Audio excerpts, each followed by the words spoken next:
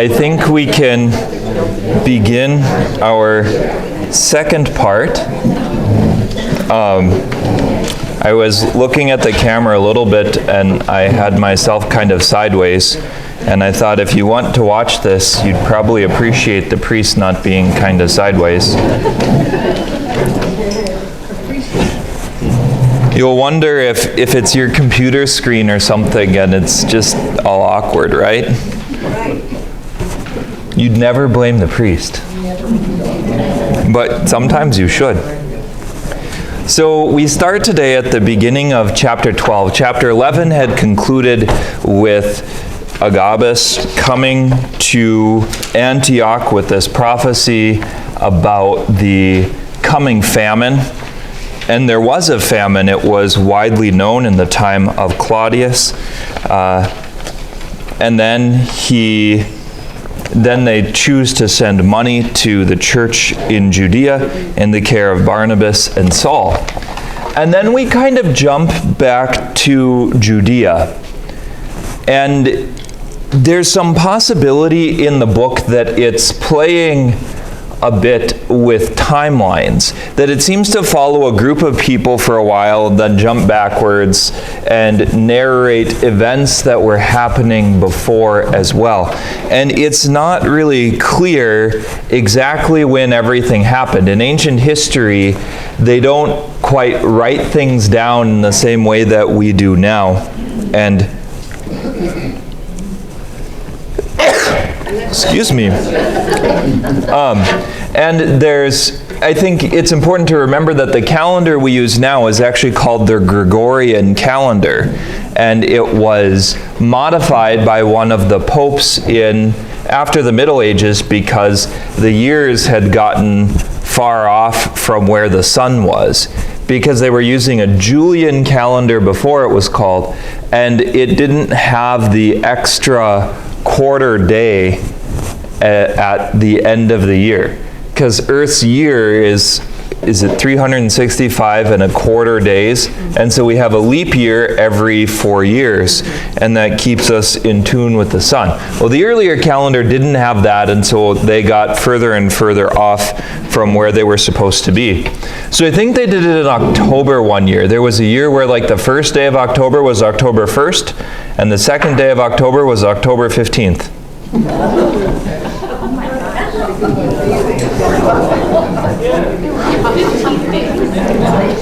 But it had gotten about 2 weeks off, and that's part of the reason why with the Orthodox, some years, Orthodox that don't follow the Gregorian calendar are several weeks later with things than we are.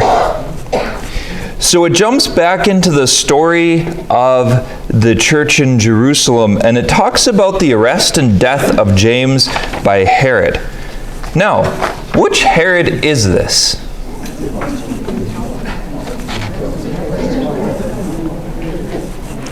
So the puzzle is that there are many Herods.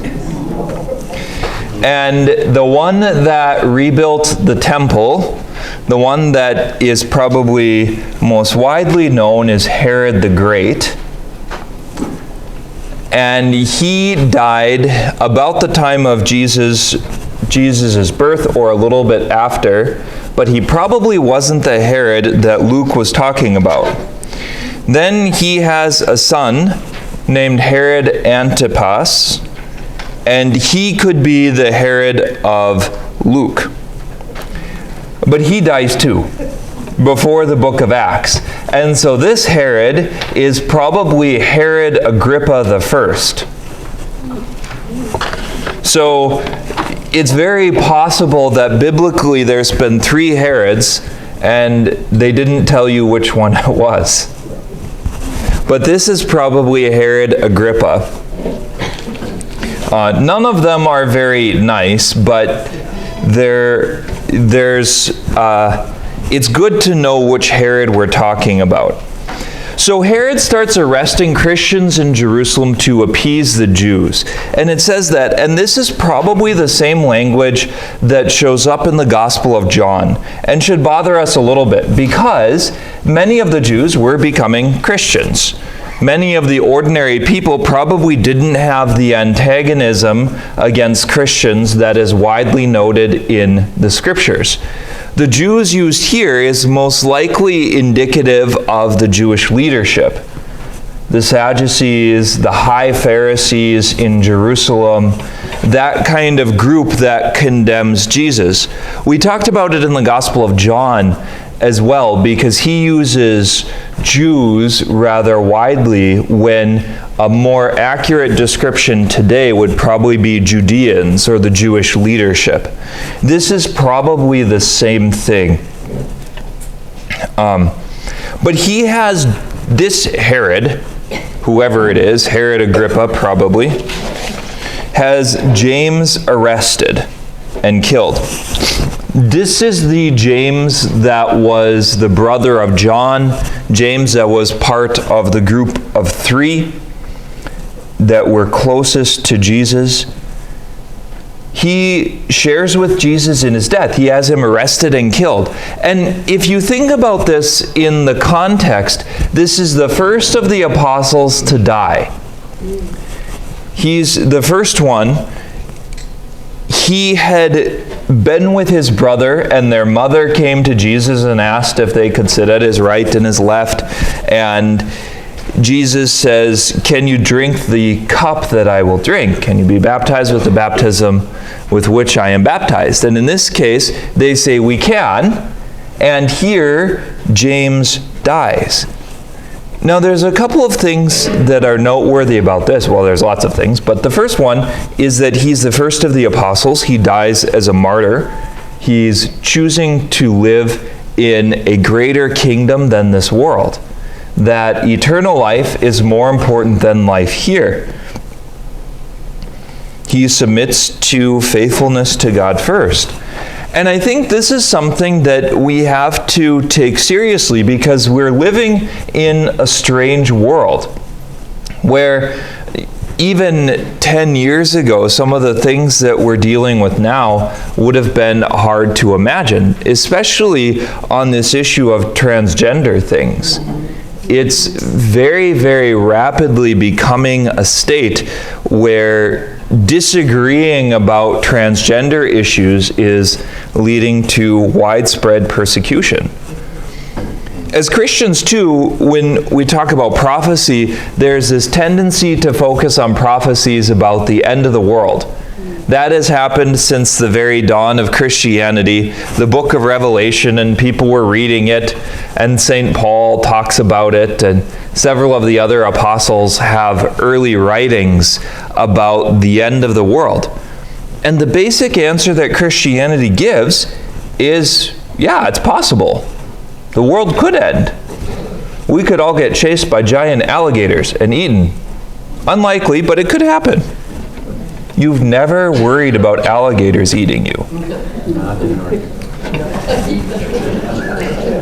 Even if you're in Florida, the alligators usually don't eat people. Crocodiles are grouchier than alligators. But as long as you leave them alone, they probably won't bother you. But we should live as if we might not have another day. We should be living as if this could be it.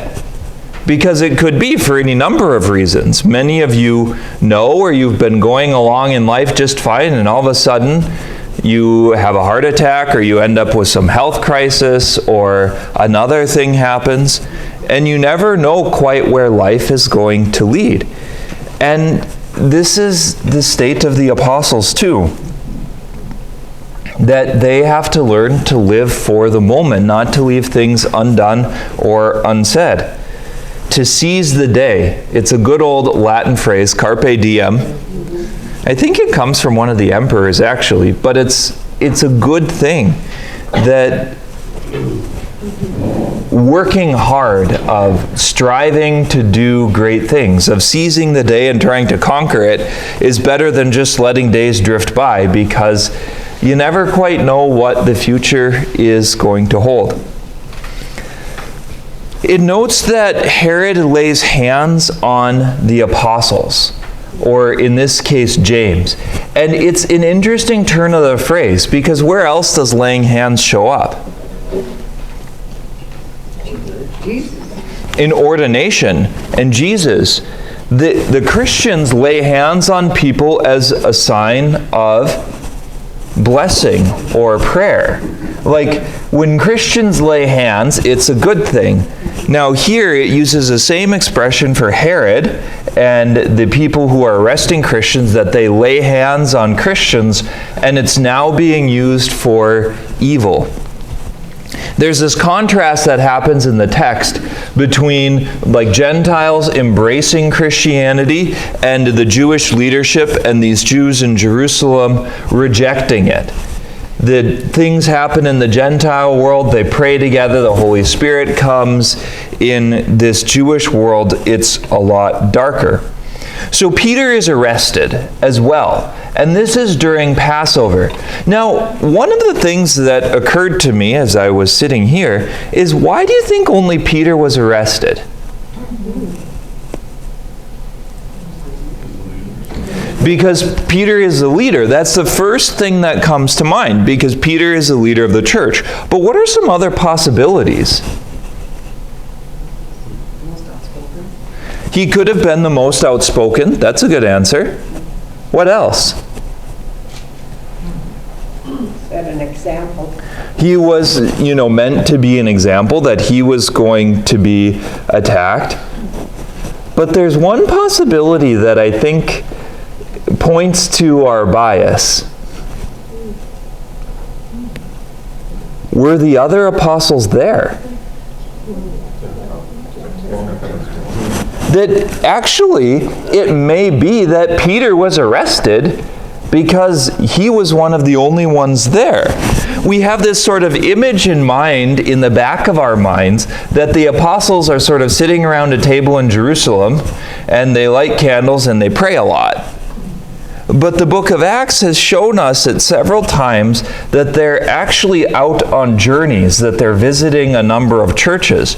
And so it's possible that Peter is arrested because he's the leader, but it's also possible that they wanted to arrest a bunch of them, and they just weren't there.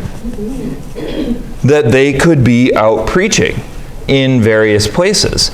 And I think we have to be careful, because we have this image in our mind that is different than maybe the situation on the ground. Now, the text doesn't tell us.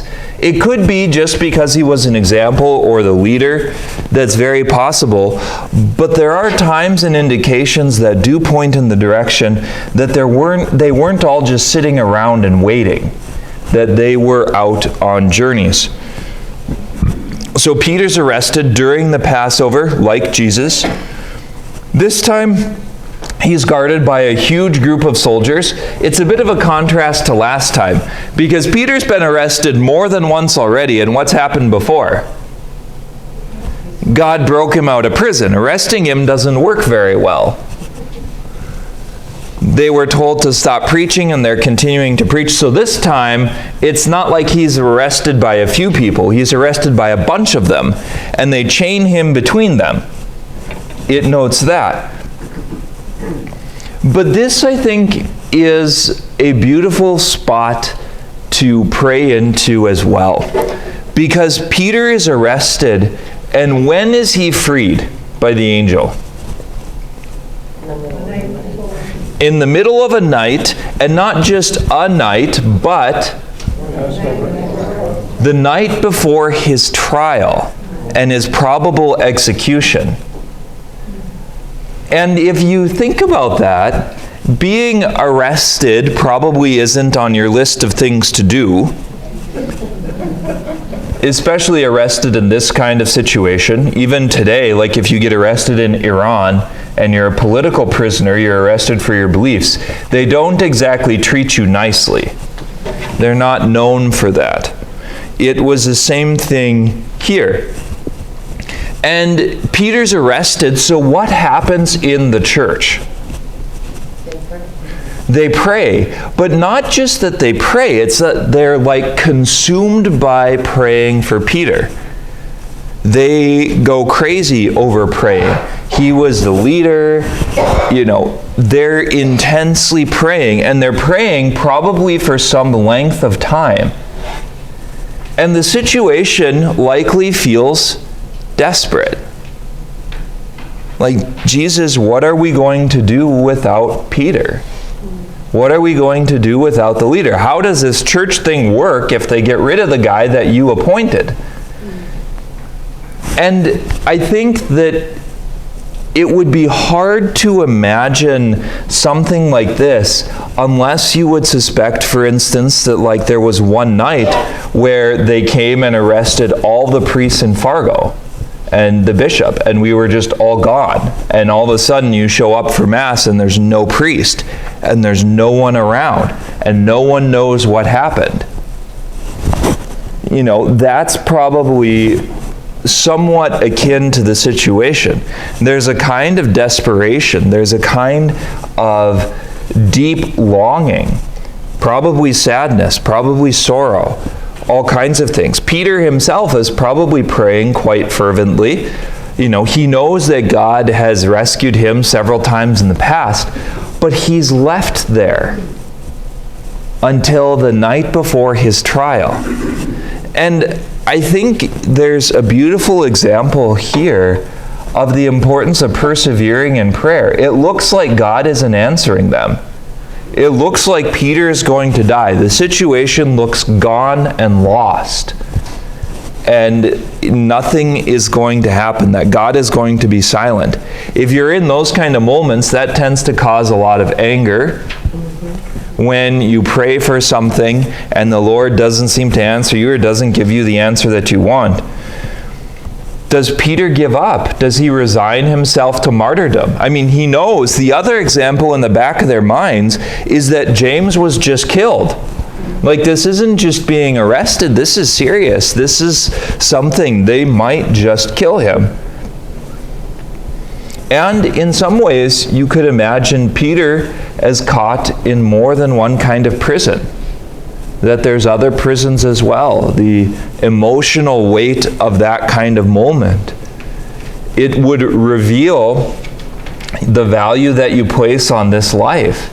It would reveal all kinds of things about where you were. And it's easy to talk about Christianity and talk about following Jesus when you're preaching and doing miracles. And now when you're arrested, it ain't so easy. And there's lots of us that have prayed through moments like this. There's lots of us that have been in this place where we're crying out to God in sadness and in pain and in loss. And it's not an easy thing. The people probably know that the trial is coming, that this is all coming to a head. And so if you see the scene with the kind of tension that it involves, it makes way more sense why the scriptures describe it the way they do. Because an angel of the Lord appears, he tells Peter, like, get up, arise. It's that old language of the resurrection, and be clothed, cover yourself with a cloak, and come and follow me. But if Peter has been praying fervently for days and days and days, it makes way more sense why he would not understand it being real right away.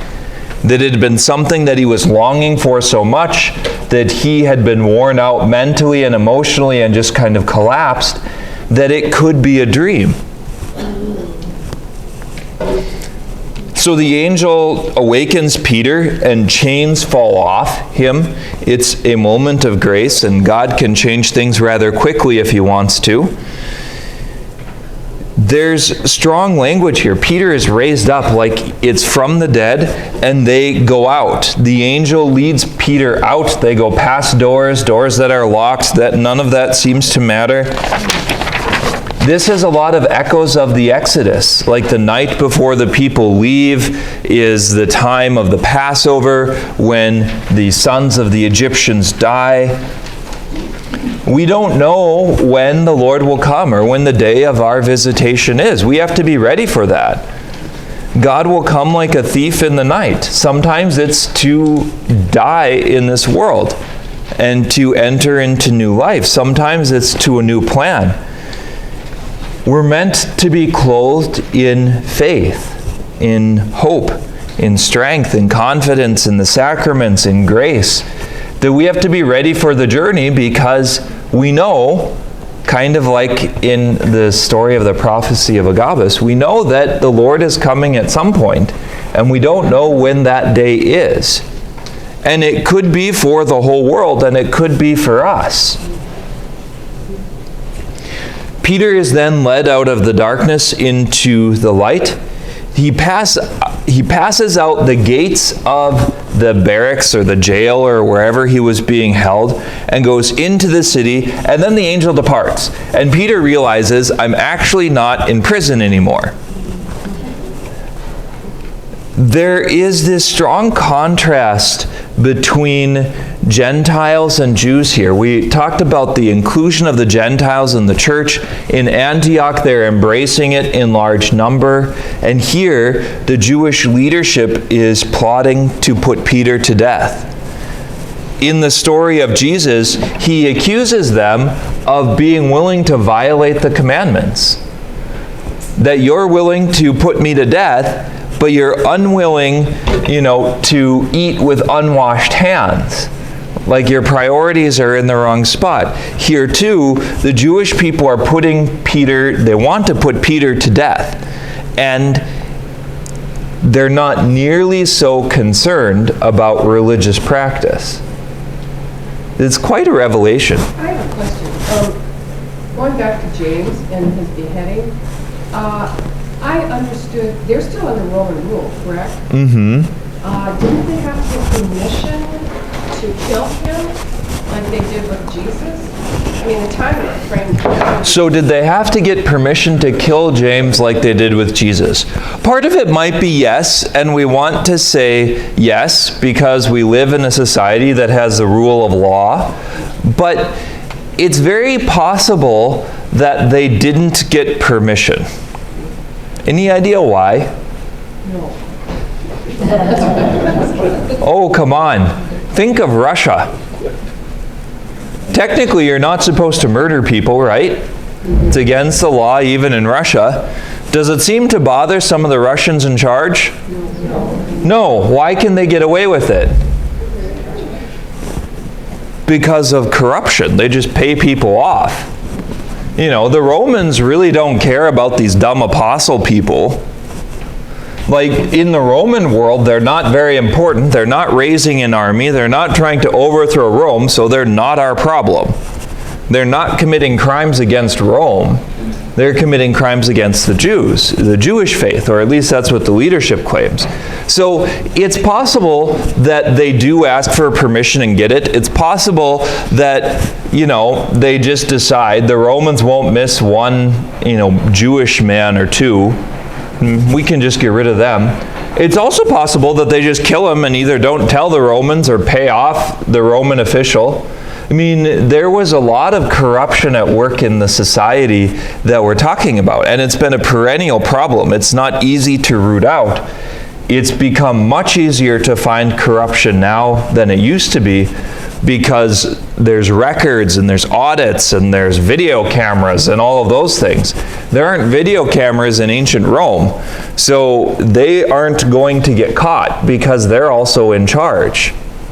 They don't play by the same rules that everyone else does. So I think some of those are possible. There might be other reasons as well.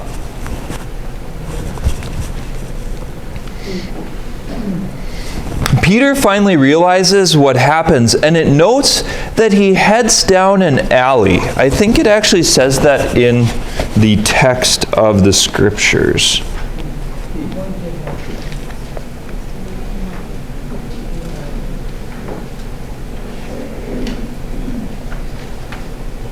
Yeah, they emerged and made their way down an alley, and suddenly the angel left him.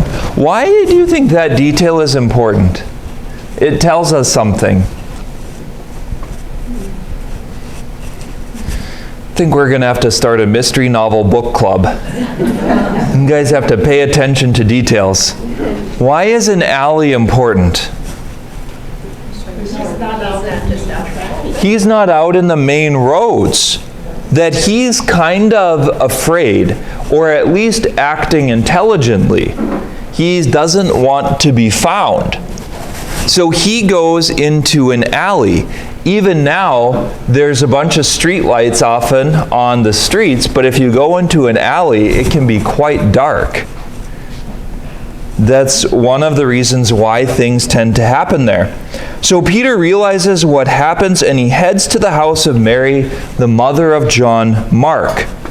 And they're praying there too. They're praying fervently. They've probably been desperate.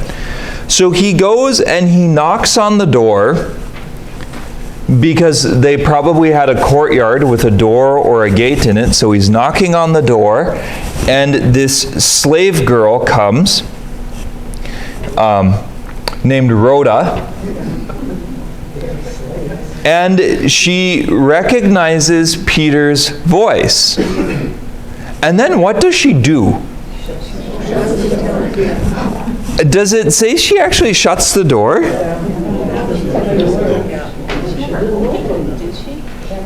She was so overjoyed when she recognized Peter's voice that instead of opening the gate, so it sounds like she doesn't even really let him in. She recognizes his voice, and she's so excited and caught up in herself that she runs to tell everyone else that Peter is there, that their prayers have been answered.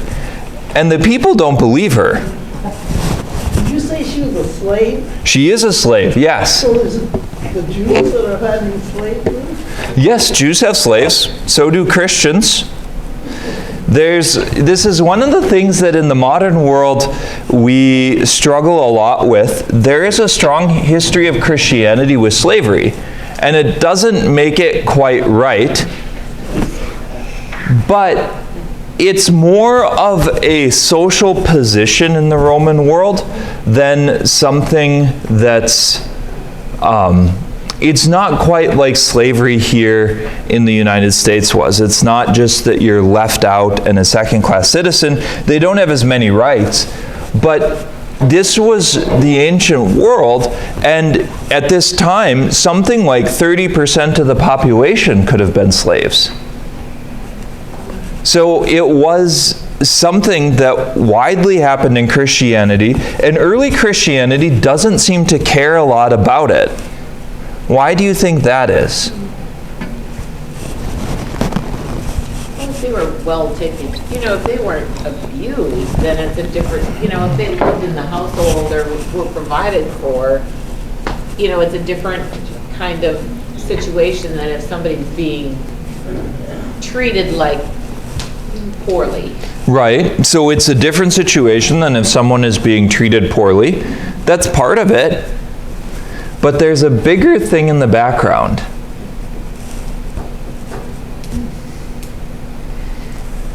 Christianity doesn't care a lot about it at the beginning because slavery doesn't matter in the long run. Christianity isn't about social standing in this world. The beauty of Christianity, one of the impacts of the message, is that slaves can go to heaven just like everyone else. That there's an equality of faith in the Lord. And so St. Paul will tell slaves to be faithful to their masters, and he'll also tell masters not to abuse their slaves. Like, that is a part of it. But slavery was seen as having no impact on salvation. That it doesn't matter. That you can be saved no matter who you are. That Jesus came for you, and for me, and for the apostles, and for everyone else. And so Christianity doesn't argue against it right away.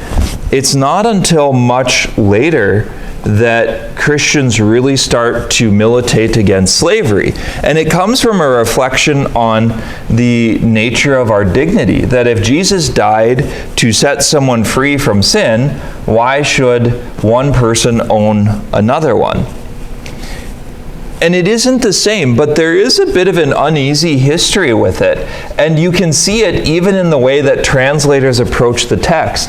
They consistently take the Greek word for slave, that's very, very clear in Greek, and they translate it as servant. Now, part of that is probably because it was a little bit more like a servant, But look at the literary tradition. You can find, like in the story of Les Mis, I forget what the name is. It Cosette is a servant, and her life isn't all that pretty. Or the story of Snow White and the Seven Dwarfs, right? Her life isn't all that great being a servant. So there's something that, again, I think we have to recognize our position in the modern world. There's a good sense that sociology and psychology and some of those modern subjects try to help us look at the place where we are, because it impacts how we see the text. And in this case, it's becoming a stumbling block because the translators are even trying to fix the text and make it more palatable for us because of the position that we're in. Instead of talking about the text and talking about the implications of it and working on the education piece. It's not to say that this makes slavery right or to make a moral argument for slavery. I'm not trying to do that at all. But the sort of modern day revulsion against the idea is really, really tragic, because there's all kinds of assumptions that go into it that we often don't question. And this happens a lot in the modern world with all kinds of things. But if you see the scene and the desperation of the church, I think it makes way more sense why Rhoda does what she does. It is almost comical. Peter's trying to hide. He's convinced that the Romans might come out and get him because at any moment they're going to wake up and realize he isn't there. And they're going to start searching for him. And so he's banging on the door, probably wants to be quiet and not be seen, probably whispering. And Rhoda hears him, recognizes him, and goes to tell everyone else. And then they don't believe her. It's a little bit like the women at the tomb, right? They go to find the body of Jesus.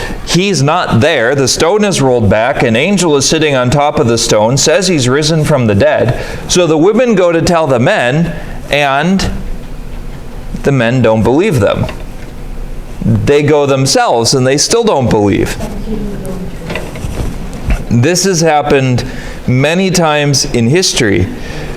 She's accused of being out of her mind, but she's actually accurate. Peter's standing there. But then it's funny, because if she's accurate, then the story is even funnier. Because if Peter is really there, then it's like, well, why didn't you bring him in?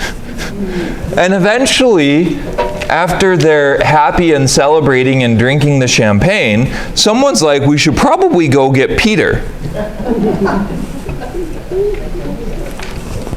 Peter, again, you have to see how much stretching is happening here. This is not Jesus being nice to Peter. Because Peter had been stuck in prison and praying and probably desperate, and God didn't save him